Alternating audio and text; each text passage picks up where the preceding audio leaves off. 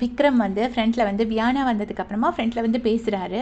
என்ன பேசுகிறாருன்னா, அந்த மாதிரி எனக்கு வந்து ரொம்ப கஷ்டமாக இருக்குது. நான் வந்து திவ்யாவை ஃப்ராடுன்னு சொல்லிட்டேன். சொன்ன நிமிஷத்துலேருந்து ஐ எம் டோட்டலி லாஸ்ட். நான் நானாகவே இல்லை. நான் ரொம்ப கஷ்டப்பட்டுட்டே இருக்கேன். நான் அந்த மாதிரி பர்சனே கிடையாது. நான் ஏன் இப்படி பேசினேனே எனக்கு தெரியல. உண்மையிலேயே அதை நினச்சே நான் வருத்தப்பட்டுட்ருக்கேன். ஸோ இந்த வாரம் பணப்பெட்டி எடுத்துகிட்டு போயிடலான்னு தான் நான் இருந்தேன். இப்போ நான் அந்த தாட் கூட இல்லை. நீ இன்னைக்கு நைட் யாரையாச்சும் எலிமினேட் பண்ணி கூட்டிகிட்டு போகிறேன்னா என்னையை கூட்டிகிட்டு போயிடு, நான் கண்டிப்பாக வந்துடுறேன் அப்படின்னு சொல்லிட்டு சொல்கிறாரு. ஆனால் இந்த மாதிரி எலிமினேஷன் இருக்காதுங்கிறது இன்னுமே இவங்க இந்த எலிமினேஷன்லாம் நம்புறாங்களான்னு எனக்கு தெரியல. அது வந்து இன்றைக்கி நைட்டே எலிமினேஷன், டபுள் எலிமினேஷனில் நீ யாரையாச்சும் கூட்டிகிட்டு போகிறேன்னா நான் உன் கூட வந்துடுறேன் அப்படின்னு சொல்லிட்டு விக்ரம் வந்து ரொம்ப இமோஷ்னலாக ஃப்ரண்ட்டில் போயிட்டு அழுதுட்டுருக்காரு. நம்ம மார்னிங்கே பார்த்துருப்போம். இனிமேல் திவ்யாவோட குறைகளை சொல்லி அவங்கள ஏற்றுக்க வச்சு என்னால் முடியல அப்படின்னு சொல்கிறாங்க.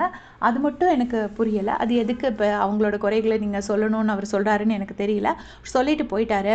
ஆனால் திவ்யா வந்து ஒன்ஸ் அகெயின் அவங்க ஏன் இப்படி அவங்கள இப்போ ஒரு நல்ல பர்சன் நம்ம சொல்கிறோங்கிறத ஒன்ஸ் அகெயின் ப்ரூவ் பண்ணியிருக்காங்க. ஃப்ரெண்டில் வந்துட்டு அவ்வளோ ரியலிஸ்டிக்காக சொன்னாங்க.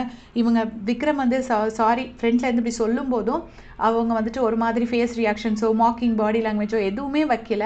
ஃப்ரெண்டில் வந்துட்டு என்ன சொன்னாங்கன்னா, no one is perfect Vikram, நீங்கள் அப்செட்டாக இருந்தது எனக்கு தெரிஞ்சுது, உங்ககிட்ட வந்து பேசலாமான்னு கூட எனக்கு தெரியல அப்படின்னு சொன்னாங்க.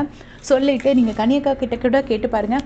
இந்த வீட்டில் என்ன நிறைய பேர் நிறைய சொல்லியிருக்காங்க, ஆனால் நான் ரொம்ப ஃபீல் பண்ணது கிடையாது.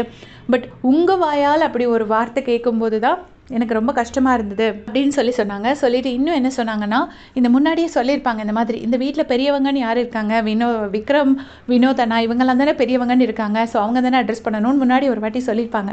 அப்போ வந்து கனியக்கா கேட்டிருப்பாங்க, அவர் நீங்கள் எந்த இயர் பார்ன்னோடனே 1994 விக்ரம் வந்து 1994 தான் அப்படின்னோடனே, ஐயோ நான் அவரை ரொம்ப பெரியவர், ரொம்ப மெச்சூர்டான பர்சன் ஆனதுனால நான் அவரை பெரியவராகவே பார்த்துட்டேன் அப்படின்னு சொல்லி ஒரு சாட்டர்டே எபிசோடில் நல்லா சிரிச்சிருப்பாங்க.